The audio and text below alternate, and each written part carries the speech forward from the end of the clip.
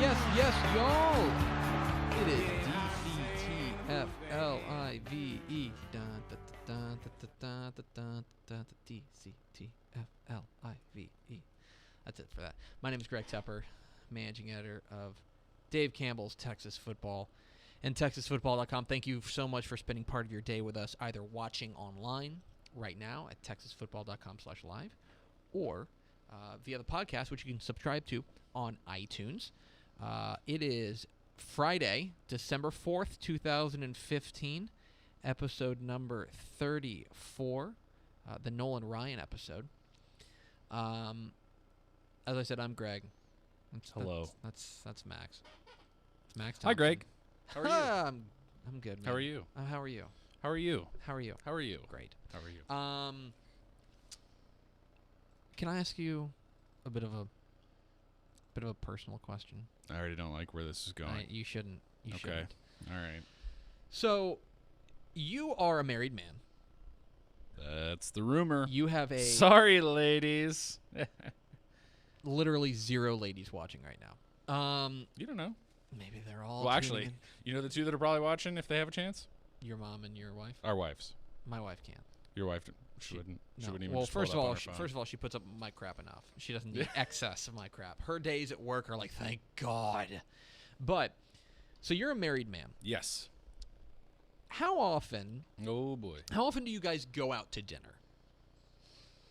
Once a week. Once a week. Okay, that's. Yeah. I'd say that's probably about average. Yeah. About normal. Sometimes, if we can sneak a weeknight in, we will. Yeah, we've gotten big because I work on Friday nights. Sure. We've gotten big on the Thursday night. Yeah, we tried to do that last night, but we couldn't. Okay. Yeah. So here's my question: Okay. who decides where you're going to dinner? Oh, see, this is easy. Okay, so before we even started dating, when it became clear we were debating about dating, I made it very clear. So I don't ask for a lot, but I'm never picking where we're going because I Ever. do not care. Not once. Not if I absolutely have a place I want to go to, I will bring it up. I am not married to that decision, but if you want to make me go into rage mode very quickly, don't.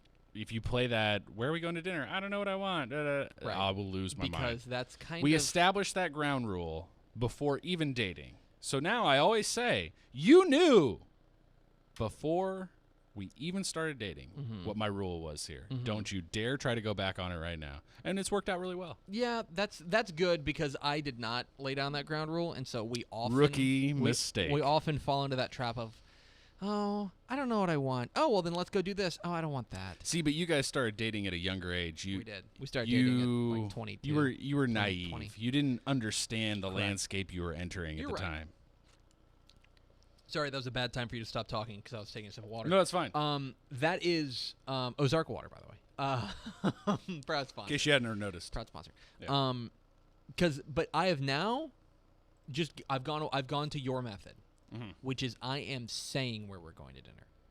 Right, I'm just telling you. I'm telling Right. you. And so last night, for example, I said she gave me a call on her way home from work, and I said I had to go do a TV thing. But then I said on the way home, I said, hey, you want to go to dinner at such and such? Yeah. But I didn't say you want to go to. I said, let's go to dinner Yeah, at such and and such. such. And now, the one thing, and I promise we'll talk about football here in a second, the one thing is that I want to offer her veto power. Right. But that's a power that I don't want her to use very often. You don't want to abuse that power.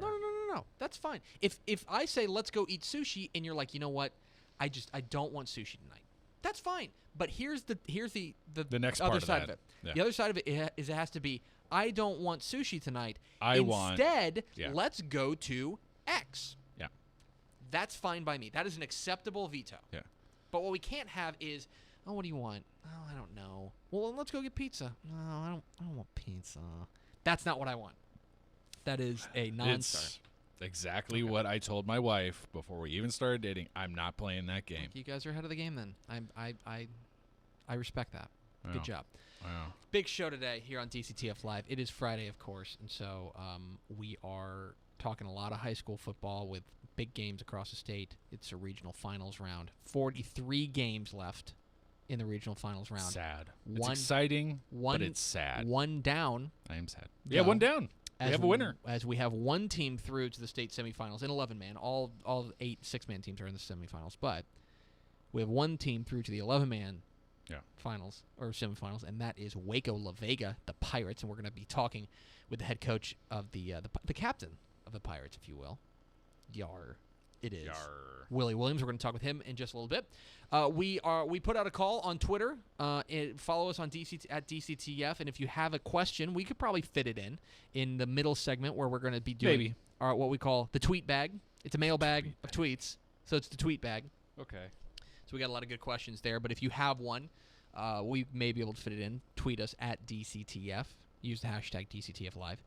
And then, toward the end of the show, we're going to talk with our good friend Adam Boedeker of the Denton Record-Chronicle. Denton County.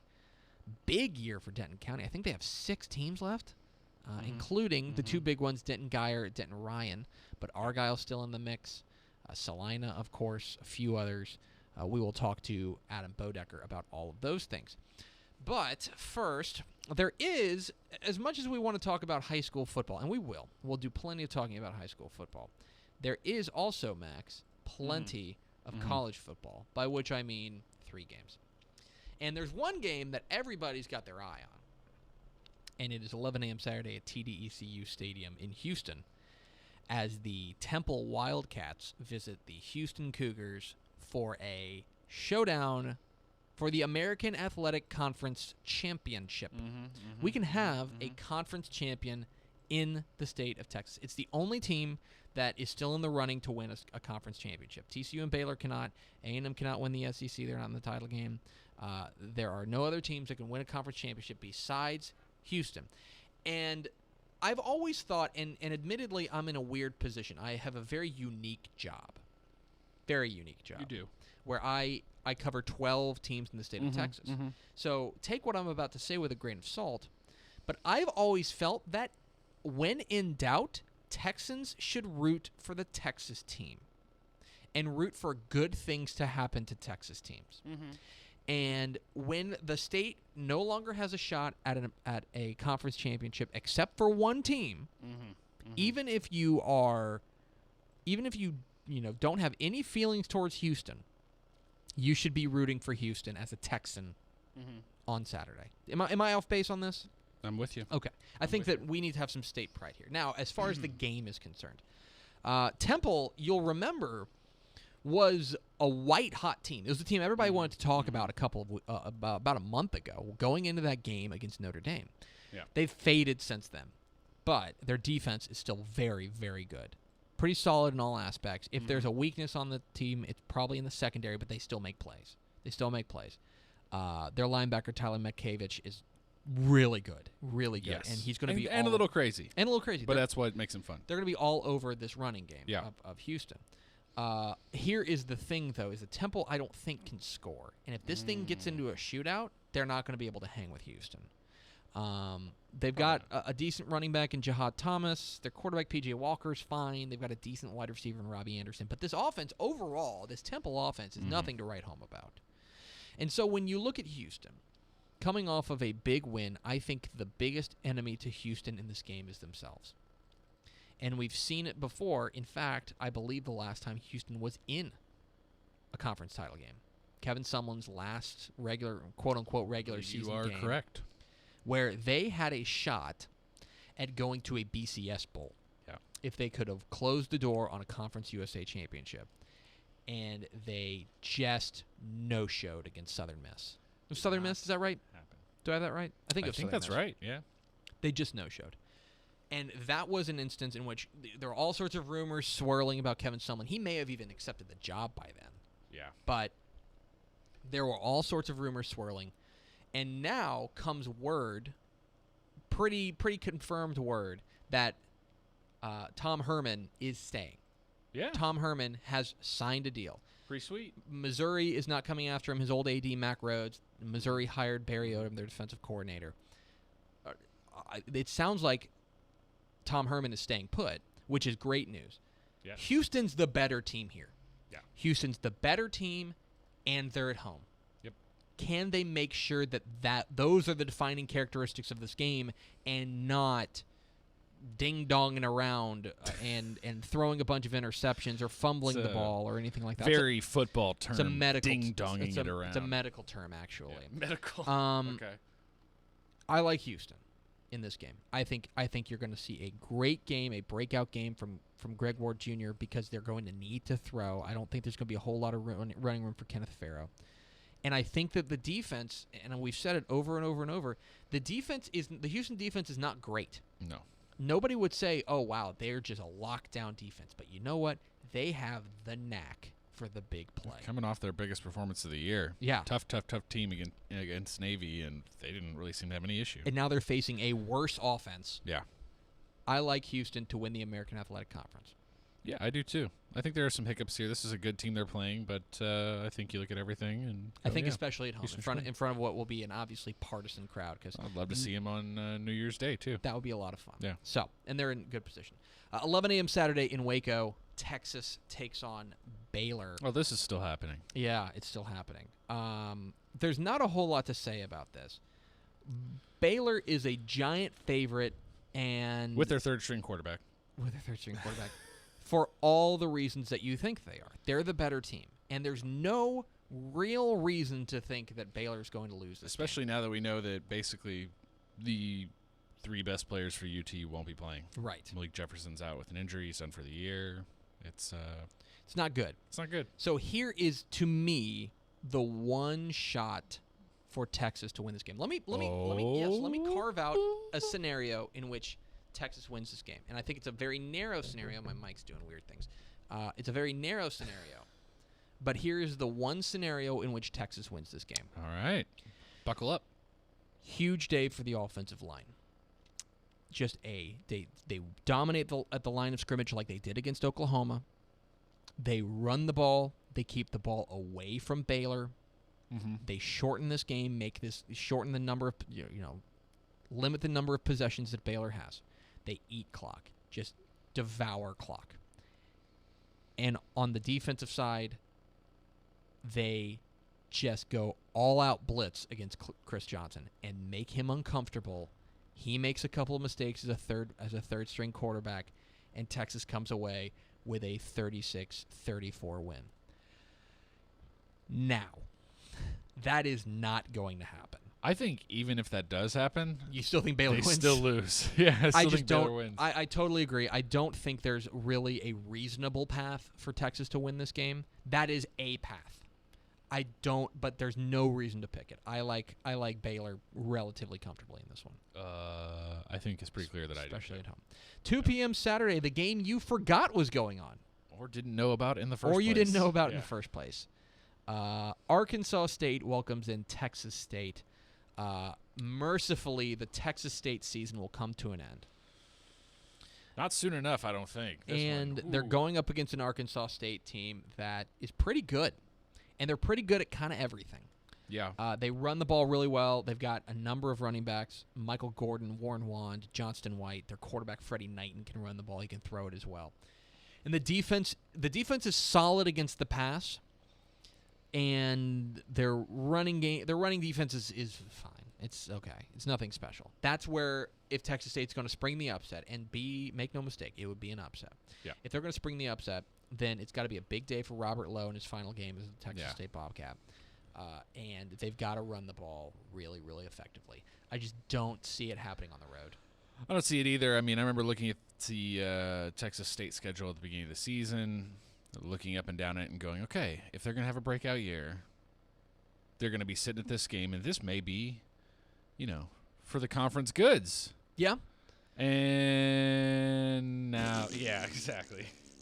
3-8, 2-5. Just ready for it to be done. Blech. Ready for it to be done.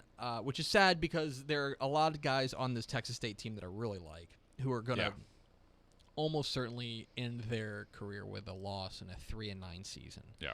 But there are a lot of guys, especially Robert Lowe, who's been such a heartbeat for this team for so long. But I like Arkansas State to win. Yep. Okay, let me take care of a little bit of business, if I may. Hold on. Okay. Let me... Give me a second. You're listening to live coverage of me finding an email. Here we go. Hey, Texas high school football fans. When you make your plans for the state championships, book with Houston Hyatt Regency, which is offering hotel rooms to fans for a discounted rate of $129 per night. That's pretty much free. And participating teams for $119 per night. So if we went there and we just said, hey, we're a team, would they give us the $10? Probably No. not. Okay, sorry. Expect to be pampered at the finest contemporary hotel in downtown Houston as you get ready to dominate at NRG Stadium. Call 1-888-421-1442. That's 1-888-421-1442 when you're ready to book, and we'll see you December 17th through the 20th in Houston. We mentioned that it is, of course, a big week for high school football across state. The regional finals are here. And there are 43 games in the next 48 hours going on across the state. 48 hours? Am I comfortable saying? Yeah, 48 hours. Because that would take us to Sunday. And at that point, all the games will be done. Or should be, unless weather gets in the way. But there was one game last night as Waco La Vega beat China Spring 20-7 down there at Waco ISD Stadium. And this was a really dominant effort from the defense. The defense looked really good all year long, and they really harassed what was a great China Spring quarterback in Cameron Coe. And this Waco La Vega team is a squad that I probably have not given their due, because they've been really good all year long. Really good. Probably better than a whole lot of people think. They're still, hey, I don't know if you know this, still undefeated. That's right. Undefeated. Waco La Vega 14-0 now. 2 wins away from winning a state championship. So, we are efforting to get the head coach of the Pirates on the phone. That's Willie Williams. And I've been really impressed with the way that they've played defense. And this is a team those are the kind of teams that I like this time of year, because that defense is going to show up at the park every week. It's going to show up every time you need them. You know, if you have a big offense, maybe the rain slows you down. If you have this amazing passing game, you know, what if it's windy? This is a team that wins with defense, and it's wins having fun with defense. And that's what sets Waco La Vega apart for me. And like magic, we are so pleased to be joined on the phone now by the head coach of the still unbeaten Waco La Vega Pirates. It is Coach Willie Williams. Coach Williams, congratulations on your big win last night. I appreciate it. I imagine that last night was a satisfying night for you. China Spring, a squad that you are very familiar with, who has in the past, in fact, you know, back in 2007, really broke your heart. I imagine that was a rather satisfying win to get a little bit of revenge on them. Well, it was, and you know, we tried. Our kids knew about it, and we talked about it, and but you know, as I told the kids, hey, it's 2015, a different team, you know, different players, but you know, same philosophies on the coaching staffs. But no, it was very gratifying to get that big win. You've been at La Vega for quite some time now. I don't mean to date you, but you've been there for quite some time. This squad, how much fun from a personal perspective are you having coaching this squad? Well, I'm having an outstanding time with these kids, especially because, you know, whenever you're coaching your son and you know he's there, and it brings something extra to it. And you know, he's a sophomore, Jamal's a sophomore, and you know, he's playing with him, but this group here, you know, you got Parrish Cobb and you got Brandon Benson, and those kids in there, you know, they did great senior leadership, and you know, they come to work every day. They have fun when they're at practice, and you know, they work, they play hard every day. So it's been very, very pleasing to have the opportunity to coach him. You mentioned your son Jamal, and he had a very nice night last night, throwing for 133 yards and a touchdown. For you as a dad, when you're out there watching it, how much of it is when you're out there watching him? How much of it is coach and he's my quarterback, and how much of it is I'm a dad and he's my son? Well, it's pretty much, you know, he's a player out there on the field, but you know, we're together so much, and he pretty much knows how I'm thinking, and I can get a chance to work with him at home on some things. So he's pretty much a coach on the field. And for instance, the big pass he threw to our running back coming across the middle.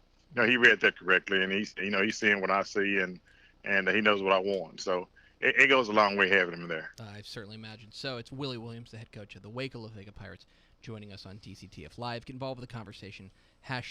#DCTF Live. And Coach, the real shining star of your team all year long has been this defense. Just a vicious defense. For you as a coach, having seen a number of excellent defenses in your time at La Vega, how would this team's defense stack up against maybe some of the best that you've coached?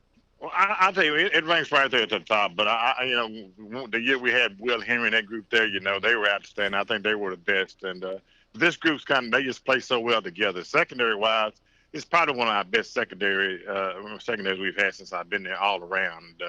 There's no weak spots there. Those kids can run. They tackle well. They break on the ball well. And front, we're just so athletic. We're not very big, but we're very athletic. We're playing with a freshman, Mike Backer. So, the future's bright. But they're so coachable.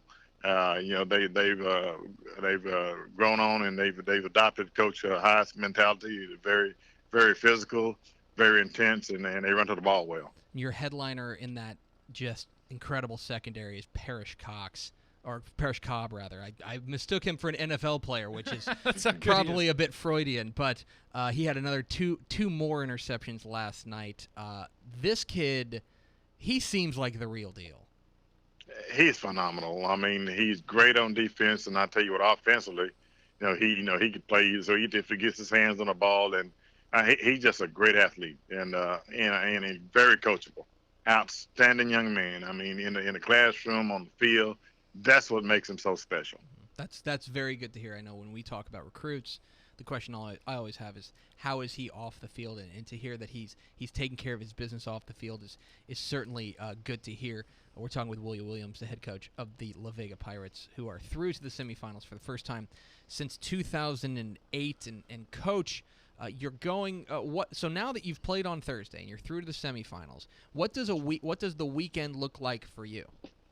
Well, I tell you what, we're going to need. First of all, we got to go and find out who we're going to be going against, and then we're going to we need that extra time because we got pretty banged up last night, and so that's the extra time. So the weekend is going to be preparing for our next opponent and trying to get ourselves a little healed here. But at this point in time of the year, everybody's kind of banged up. Certainly, and you will take on the winner of Silsbee or Carthage. Either way, it'll be a slobber knocker. And Coach, you're a guy who I've mentioned you've been around the La Vega program for so long, and this is, I know, a program that's very near and dear to your heart. For you to take this program and take them back to the semifinals and take this community back to the semifinals, what does that mean for you? It means a lot. It gets emotional because I'm a graduate of La Vega, and this is the only place I've been. It was my 33rd year here, so it's special to me. And in our community, so a lot of times, we get bad pull about our kids, but we got great kids there, and nobody knows. It's a La Vega family, and as I said earlier in an interview, that if you're not in the inner circle, you really don't know anything about La Vega, and we're probably one of the best kept secrets here in the state of Texas, but. It's very emotional for me. I imagine that it is, and Coach Willie Williams, the head coach of the La Vega Pirates, so kind enough to join us on DCTF Live. Coach, thank you so much for your time. Congratulations on all your success. Best of luck the rest of the way, and perhaps we'll see you at NRG Stadium. All right, appreciate it. All right, there he goes. Willie Williams, the head coach of Waco La Vega. That squad, and I kind of teased around because I didn't want to put my foot in my mouth, but I was pretty sure he was a La Vega grad. Yeah. And I was pretty sure, but I didn't know for a fact, and I didn't want to come out and say, Coach, you're a La Vega grad. And he goes no, I went to El Paso Eastlake, which wouldn't have been around when he was there. But still. My point is that is a guy who, he mentioned 33 years there. He is La Vega football. He is La Vega football, absolutely. And so pretty special. And you could hear it in his voice that he's a guy who cares. And he's a guy who cares about this program from a very personal level. And I think he's right. La Vega, in a lot of ways, has kind of gotten a bad rap across the state. And they've kind of gotten a reputation across the state as maybe a team that can't finish the job or maybe doesn't play the game the right way. Yeah. But you know what? That's a guy who cares. He'll go to the mat for his kids, and a guy who really has got them trending upward back into the semifinals, back where we've seen them so many times. And now next week they'll draw either Carthage or Silsbee. Either way, a huge test for them in the semifinals. But you know that Pirate Nation would certainly show up at NRG Stadium should they get there. And whoever gets out of there at Carthage and Silsbee, they're going to have to deal with a outrageous defense. 6 turnovers last night. I think I just don't think that's just it. You can't say enough about the way they beat China Spring. China Spring is a great team. Great team. I think you and I looked at that game last night, and it wasn't a lack of credit for La Vega. It was just looking at both teams and going, honestly, could see it go either way. It's a coin flip. These are great programs, and they're playing great this year, and great uniforms too. Yeah, really good uniforms. While we're at it, but dominated them. La Vega came out, suffocated them, smothered them. Yeah. Just smothered them. And what's funny is that from a defensive back standpoint, when I mentioned Parrish Cobb, from a defensive back standpoint, I think sometimes in those big games, you won't notice the big-time defensive back because they're throwing away from him. Yeah. They're trying to go away from him. Yeah. The fact that he got another 2 interceptions last night just tells you what a superstar he is. Ball hawk. He really is. And if you have not seen this team play, do yourself a favor. That defense just flies. Yeah. It is super fast, a lot of fun to watch. So thanks to Willie Williams of Waco La Vega for joining us here on DCTF Live. Hi, my name is Greg Tepper, managing editor of Dave Campbell's Texas Football and TexasFootball.com. He's Max Thompson. This is DCTF Live. We are here every day at noon on TexasFootball.com/live. You know what's funny? We were, prior to this, putting together our state championship content plan. Yes. And holy cow, I don't want to oversell this. It's pretty awesome. What we're going to have for you on TexasFootball.com for the state championships is going to be out of control. Yeah. It's going to be awesome. We're pretty excited. I don't want to oversell it, but I really think it's safe to say it blows away anything that we've done in the past. Oh, my gosh, yes. For sure. It's going to be huge. So you're definitely going to want to tune in for that. Yeah. But of course, your team makes it. We've got 2 more weeks to go, but we are already itching to get to NRG Stadium. Oh yeah. Now we're going to try something a little bit different here for the first time. Oh boy. We're going to open up the mailbag. So we have 26,000 Twitter followers on the tweets. You can follow us. You can join the movement at DCTF Live. And so I put out the call for questions. Yep. Because I get a lot of emails from people, and I try very hard to respond back. If I haven't responded back, that's because I don't like you personally. But if... It might be. Maybe. It might be because you don't like me. Yes, sorry, brother. But we get a lot of questions, and I figure, you know what? Let's go ahead and answer on the air. So we ask for questions for the tweet bag. You can tweet us your questions at DCTF. And we will try to answer as many of them as possible. Maybe every week, every other week. Once we get to the off season, we'll have some more time for them. But for now, we're going to answer a few of your questions. And where are we starting, Max? Let's start with the list you gave me from the top. Let's start with the Southwestern Conference Roundup. Which, first of all, after my own after our own hearts. The question you mentioned yesterday on the podcast, which you can subscribe to on iTunes. You mentioned yesterday on the podcast that Katie was placed on 1-year probation. What does that entail? Kids gather around the fire. Yes. So let Greg tell you a tale. I hate to say it means nothing, but it kind of means nothing. Basically, what this is going to mean is that Katie is going to be under a microscope for a year, and any little slip, they're not going to get any benefit of the doubt anymore. Now that they're on probation, if they report something like this again, where they try to then say, "Oh, we didn't know that was a rule," you're done. We're gonna make sure that we punish you to the fullest extent. Think of it like speeding, and you got off with a warning. Yeah. And then if you go 2 months later, and you get caught speeding again, you ain't getting that warning, and in fact, that punishment might be even worse. Yeah. So this was Basically, Katy kind of used, and this is going to sound very harsh, but Katy kind of used their get-out-of-jail-free card. They don't have that anymore. That's essentially what probation means. Now, the cynic might say they didn't get punished at all, and I can understand that. But basically, this removes the safety net for them, that if anything else happens, and not just in football, if anything happens in basketball, if anything happens in soccer, anything, they are not getting the benefit of the doubt and potentially could face very big-time ramifications. But they got a mulligan. They don't get that anymore. That's essentially what probation means. Yeah. Let's move on. Okay. Let's go to the Snow Lion. Snow Lion 53 asks regarding Katy. And we promise we'll get off this topic here in a minute. Do you think the UIL would have made the same decision if it had happened earlier in the season? No. Simply put, I don't think they would have. I think that if this is a district game against Katy Taylor, it's gone. I think they're forfeiting that game. Yep. But I think that there was so much writing on this decision. And I think that the gravity of the situation and the implications of the decision were so far-reaching in a situation where you would kick a team out of the playoffs in the regional finals.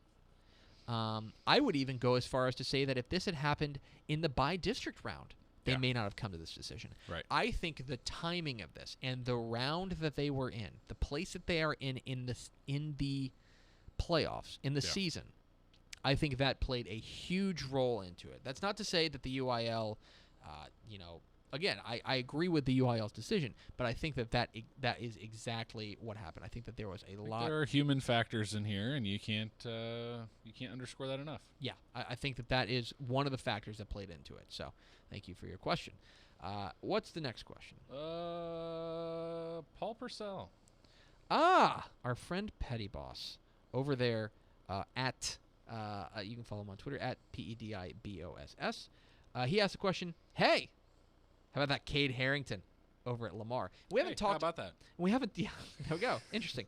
We haven't talked. Move on to the next question. Yeah, we haven't talked a whole lot about Lamar, who plays at the FCS level, but they had a very nice year. You know, they finished the year 5-6, which is, I know that doesn't sound great, but considering one of those losses is to Baylor. That's pretty understandable. But they get a really nice win over Sam Houston State, a really nice win over Abilene Christian. They faded kind of down the stretch. But one of the big driving forces for their year, for them all year long, has been their running back, has been Cade Harrington. And the numbers he's put up this year are ridiculous. Filthy. 266 carries, so he's a workhorse. 2,144 yards. He's averaging 7.9 yards per carry. Is that a lot? 21 touchdowns. He's averaging 190 yards per game. Oh, and also, he's a pretty solid receiver out of the backfield. He's their third leading receiver as well.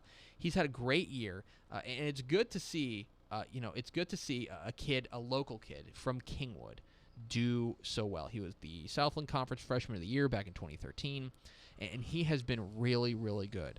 A guy who was probably a little overlooked in high school because of his size, because just 5'9", 190 pounds, and he was not 190 pounds coming out of Kingwood. Right. But he has really blossomed and found the right fit for him, and that's something that I think can't be overstated. He's found the right fit on offense. It was a great year for him, and guess what? Only a junior. Coming back for his senior year next year, and I expect him to be a stud for the Cardinals. It's not often that you get the Southland Conference Player of the Year returning for a senior season. That's pretty impressive. This is a guy who's going to turn out next year and be excellent. So remember that name, Cade Harrington. He's an outstanding star over there at Lamar. I know we talk so much about the FBS level, but the FCS level, he's really doing work there in the Southland Conference. What else? Let's see here. Nathaniel Bass. NBass55 asks, can George Ranch, that's hashtag George Ranch, get past the fast, hard-hitting Temple defense? I don't know. Because, what's funny is that in the Fix and the Pick'em video, which you can watch at texasfootball.com, where we pick all 44 games across the state, already want to know. Yeah. You're off to a picked La good Vega. start. I'm unbeaten this week. It's always going to sound like I'm super confident in all my picks, right? Because I'm saying I'm picking George Ranch to beat Temple. Yeah. I don't feel confident in that at all. Yeah, this is a tough one to call. This Temple defense has been so good, and he's exactly right. They're fast. They fly around. George Ranch is going to try to grind it out with their pair of running backs with Darius Anderson.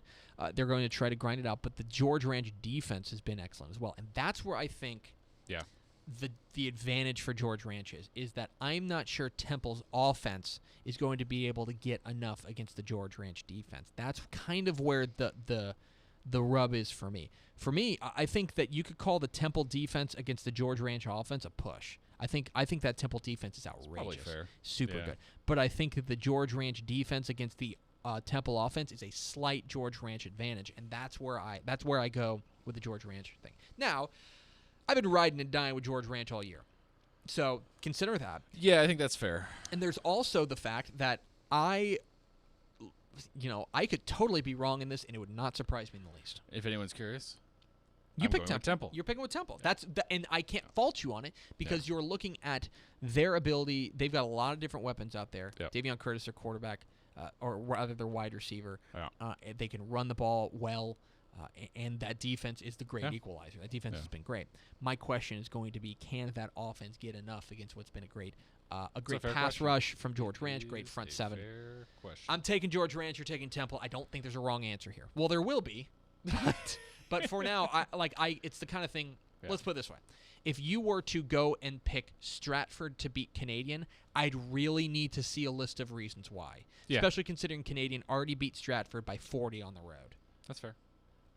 If you're picking Temple to beat George Ranch, I go, yeah, it's a pretty good pick. Yeah. If you're picking George Ranch to pick Temple, I go, yeah, it's a pretty good pick. Yeah. It's a very close game. Okay. What's next? Patrick Gwynn.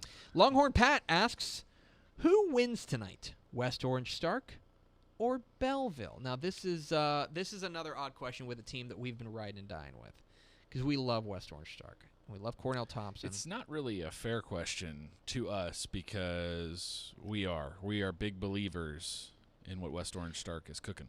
Correct. We're smelling what they're cooking. Yeah. But I'll tell you that if you want to pick this Belleville team, I won't say you're wrong. Their running back, Mac Briscoe, has been a workhorse, and their defense has been pretty good and pretty hot of late. They slowed down Giddings last week. They beat Hampshire Finette. They beat Salado. Their defense has been great. And the other thing about Belleville is that they win close games. When it gets to nitty-gritty time, they find a way. Yeah. And that has been really impressive to me. So, I still like West Orange Stark. And I'm picking West Orange Stark not only to win tonight, but I'm picking them to win a state championship. But I think that Belleville does provide a very unique challenge that if West Orange Stark is going to lose, it wouldn't surprise me if it's here.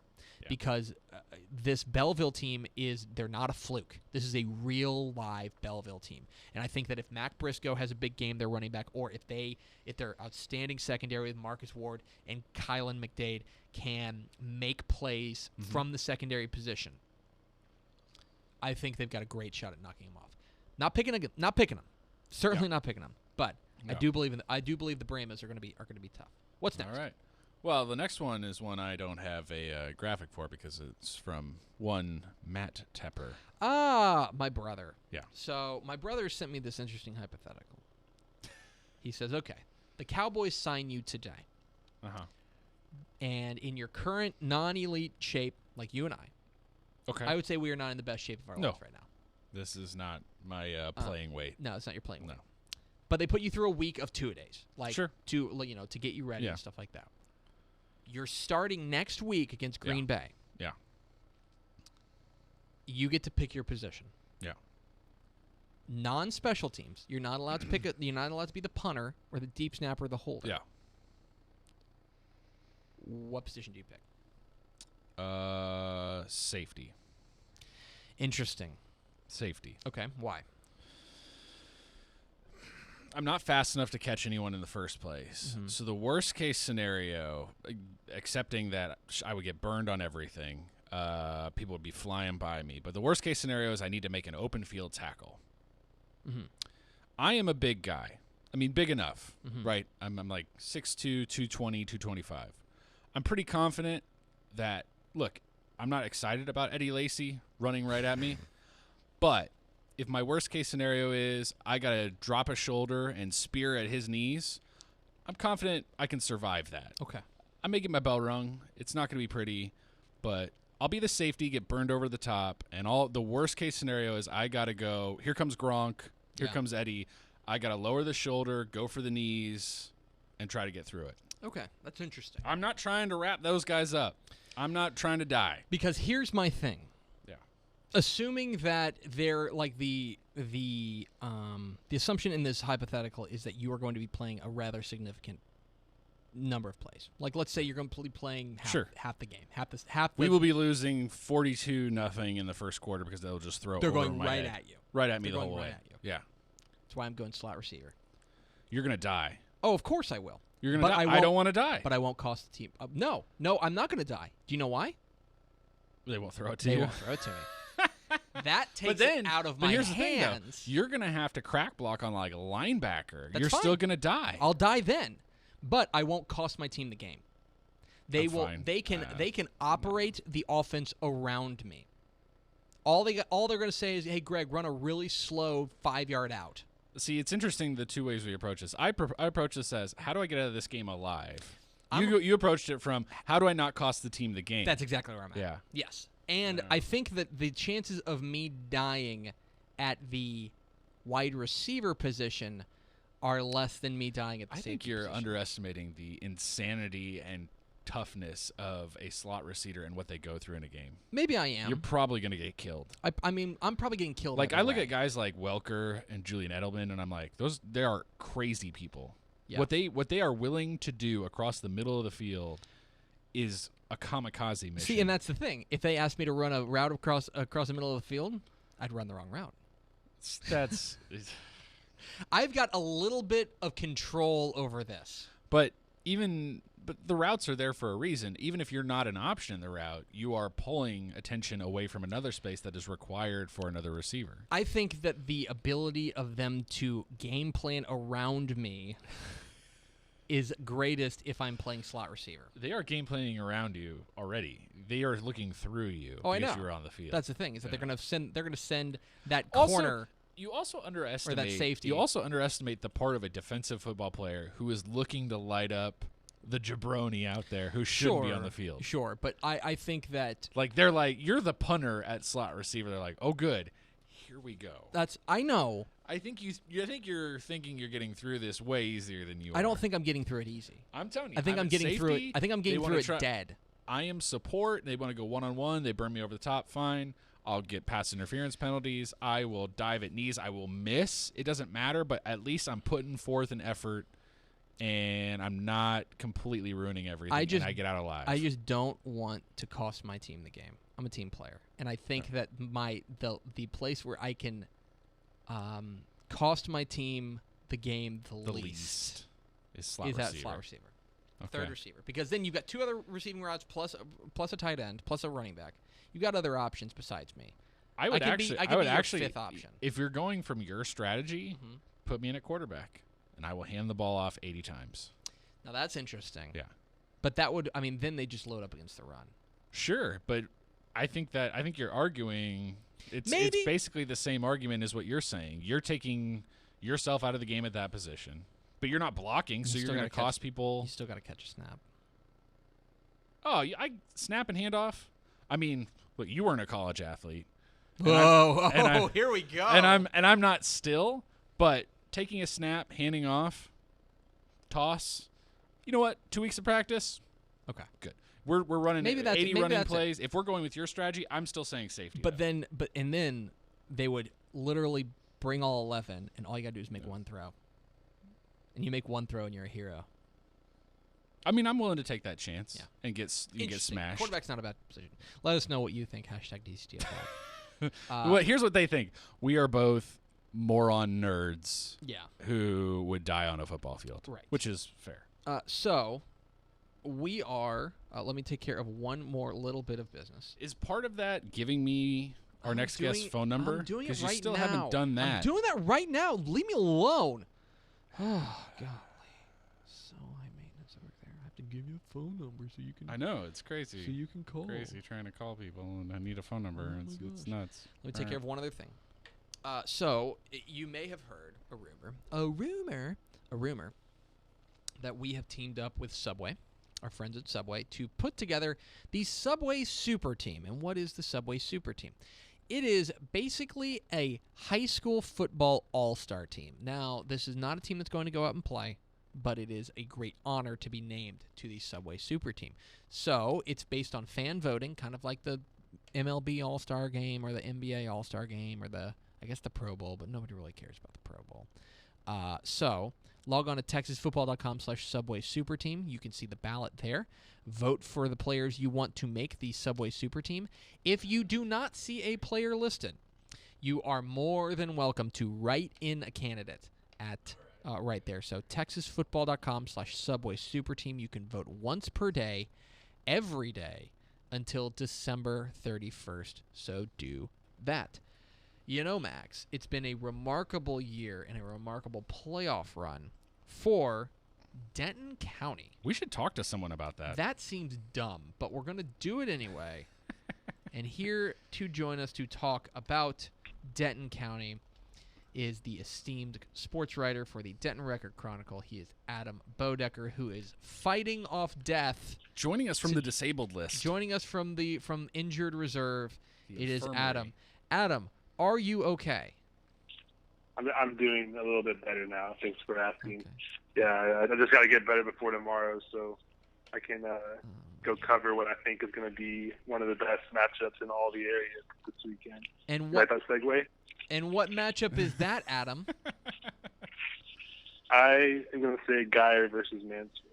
So when you look, first of all, I want to talk about it as a whole. This Geyer team came in with great expectations, and I know that you and I have talked offline about how this team has been. The variance on this team has been very high. At times they've looked like the best team in the state, and at times you wonder how they ever win a game, but they've been able to put it together. What has happened in the past few weeks that has got Geyer rolling? Well, it started in the second half of that first-round game against Hebron. They were getting beat in the third. I think it was 6 minutes left in the third quarter, and they were down 24-13 or something. It looked like their season was done. And then they flipped the switch and just started playing what they do best, and that's just running the football and beating me physically. And they ran away with that game. And then that Carroll game, I think, was the big jumping off point. You know, that really they kind of shifted their offensive identity away from what John Walsh is comfortable with, which is just trying to score as many points as fast as he can, and totally flip the script, and it's working pretty well for him. We're talking with Adam Boedeker of the Denton Record-Chronicle here on DCTF Live. Get involved with the conversation at #DCTF Live.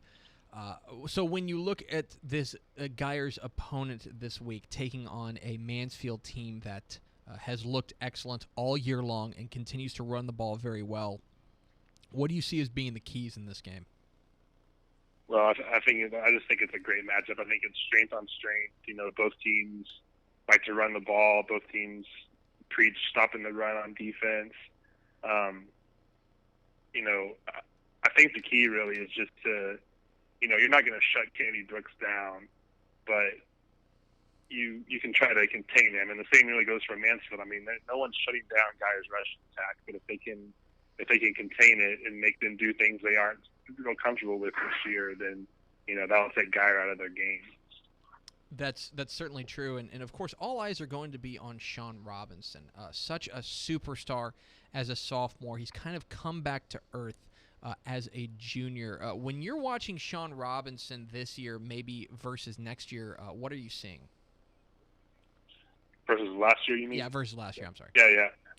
Well, you know, I think we've talked about this before. A lot of it is his receiving core. You know, last year he had 3 senior receivers, 2 of which went on to play Division I football.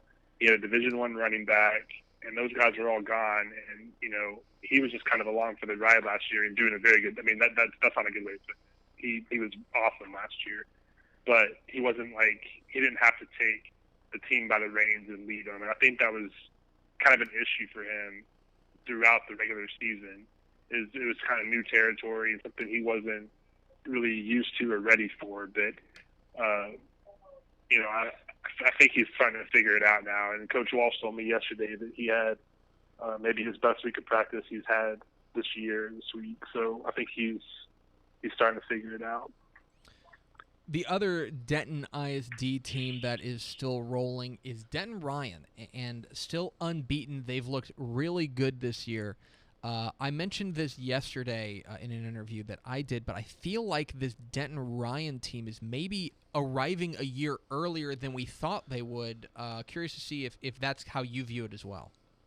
Oh, definitely. I mean, they've got a sophomore quarterback, 2 stud sophomore wide receivers, a junior who was a starter last year both ways at linebacker and running back. I think everyone expected them to make the playoffs again this year after missing out last year for the first time in like 14 years. But I don't think anyone saw this coming. And I said after the Ryan Geyer game that, I picked Geyer in that game, as did a lot of people. And, after that game, I said, I'm done picking against this team. Now that might change a little bit, but, it's the 4th round of the playoffs, and they're playing another undefeated team. I mean, like you said, arriving a year early and making it this far with an undefeated record, that's pretty impressive. And Coach Hittigan's done a great job. So this now can we start calling them the 2016 5A state champions? I mean, yeah. I said yes, I think so. I was actually talking to Ben Beatty, who used to work with me and now is in San Antonio. But was it the real Ben Beatty or the fake Ben Beatty? It was one of the fake Ben Beatties. I'm not sure which one. But, okay. Yeah, but he said, we were talking, and I told him, hey, it's just like when Geyer moved down a couple of years ago, went down to 4A. Like, it was going to be a disappointment if they didn't win at least one state title. And that's a lot of pressure, but it's the truth. I mean, that team is going to be absolutely loaded next year, and they should. I mean, like I said, if they don't win at least one, then that's a disappointment.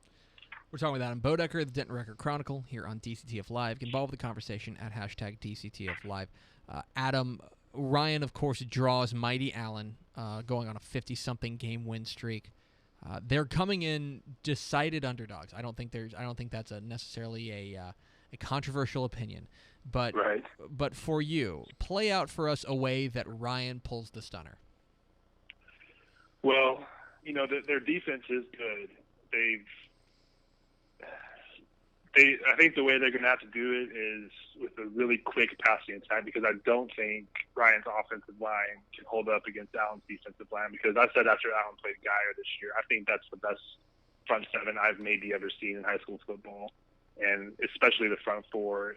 And Ryan's offensive line they haven't been bad this year, but I think it's been one of their weaknesses. So they're going to have to really have a good game plan to not let those guys get to Spencer Sanders. If they can do that, move the ball and keep Allen's offense off the field, that's another important thing. Then, they've got a chance. I think I would be a little more confident that they had a chance if Tyreek Davis was 100%, but he's dealing with an injury that he suffered last week, and that guy is really, really special. It's been a banner year for Denton County as well. Argyle, of course, still rolling. They look great and could be considered one of the favorites to win the 4A Division I title. Lake Dallas still in the mix this year and looking like they have a shot to get into a state semifinal if they can take down Everman. And then there's Crum. And Crum is the Crum. I mean, they are kind of the squad that you go, wait, really? They're here? But I imagine that you look at what Gary Robinson has done at Crum, and you look at it with the same admiration that I do. Yeah, definitely. I mean, that guy, I should know this, but I'm pretty sure I'm right that they've never missed the playoffs since they started varsity football, which, that's not the same thing as doing that at the 5 or 6A level, but it's still impressive. And, Gary Robinson came from a winning program in Campbell. He knows how to put together a winning program, and, there's no other way of saying it. They struggled this year, but they picked the right time to get hot. And the way they beat Sweetwater last week, I mean, I don't think anybody saw that coming, and probably not even Gary Robinson if he's telling me the truth. They really did. They dismantled them, and so it was really impressive to see. We're talking with Adam Boedeker of the Denton Record-Chronicle here on DCTF Live. Follow him on Twitter at @Boedeker. I don't know, just kind of sound it out. But I need to work on my Twitter handle, don't I? Yeah, you really do. Look for the dude in the green Christmas hat. Green Christmas hat. Yeah. One last question for you. You mentioned to me that you are not feeling good. Yes, not. So let's say A stomach bug has enraged the Boedeker house. Oh my gosh. Oh no. So Yeah. let's say tomorrow you wake up and you are as ill as you feel right now. Are you playing hurt? Man, see, that's a tough one. I know, I would do it, but I think Corbett Smith is going to be there. Rhiannon Brown's going to be there. Lots of people are going to be there. Start telegram people. I would not want to go get people sick, but I might just try to disguise it because I really think that is going to be a tremendous game and just a really good matchup between two teams that pretty much mirror each other. So yeah, I'll be there. He is Adam. Sorry, Corbett. He is Adam Boedeker. He cares so much about you, the reader, that he is willing to risk the lives of his fellow colleagues. Follow him on Twitter at @Boedeker. That's ABOEDEKER, and see his fine work at the Denton Record-Chronicle. Thanks for joining us, Adam. Feel better, buddy. Thanks for having me. I appreciate it. There he goes, Adam Boedeker. Man, poor guy. Champion. Poor guy. That just sucks. Just tugs at your heartstrings. It is does. What it does. Tugs at your heartstrings. Playing hurt. Commitment. Yes. It's impressive. It really is. It's commitment. And it's been a great year for Denton ISD. Now, that said, I don't know if it's going to be a great regional final round. Tough matchups. Tough matchup. You gotta but like good enough programs. Anything can happen. You gotta like Allen to beat Ryan. Even though Crum has just exceeded all expectations, you gotta like Salina to beat Crum. Yeah. I think Argyle's got a great chance to beat Liberty Ilo, but that's going to be a dogfight. I think Lake Dallas has a great chance to beat Everman, but I think that's basically a coin flip. And then you've got Denton Guyer. And Denton Guyer Mansfield is really interesting to me because I think that if Denton Guyer plays up to its paper and Denton Guyer plays its best game, I think they can win. But Kennedy Brooks and company at Mansfield have been so good. I think it's going to be an absolute classic. You can, of course, check out everything at texasfootball.com/playoffs. And let's not leave out, technically in Denton County is Frisco Lone Star. Frisco Lone Star, they are about as west as you can go in Denton County. But we don't want to leave out our friends, and I think Frisco Lone Star's got a great shot to beat Lancaster. I think that's a great game, another great game. But I think that those are two very good programs. They're going to kind of square off, and Frisco Lone Star's already made history, becoming just the second Frisco team since 1973 to make it to this far. So very fun to see this, but a big year for Denton County. You got anything else to say? No. Okay. That's going to do it for DCTF Live. Thank you to Waco La Vega coach Willie Williams for joining us. Congratulations to him and the Pirates on to the state semifinals. And thank you to Adam Boedeker of the Denton Record-Chronicle for joining us as well. We are here every weekday at noon on texasfootball.com/live. Check out texasfootball.com/playoffs for all things Texas high school football playoffs. Did I miss anything? I think that's about it. Follow us on Twitter at DCTF. Like us on Facebook, facebook.com/Dave Campbell's. Follow us on Instagram, instagram.com/Dave Campbell's. And, of course, see us at texasfootball.com. Vince Young, please come get your Player of the Year trophy. And we will see you tomorrow. No, we won't. No, I always do that. You always do that. Let me try that again. Vince Young, please come get your Player of the Year trophy. And we will see you Monday on DCTF Live.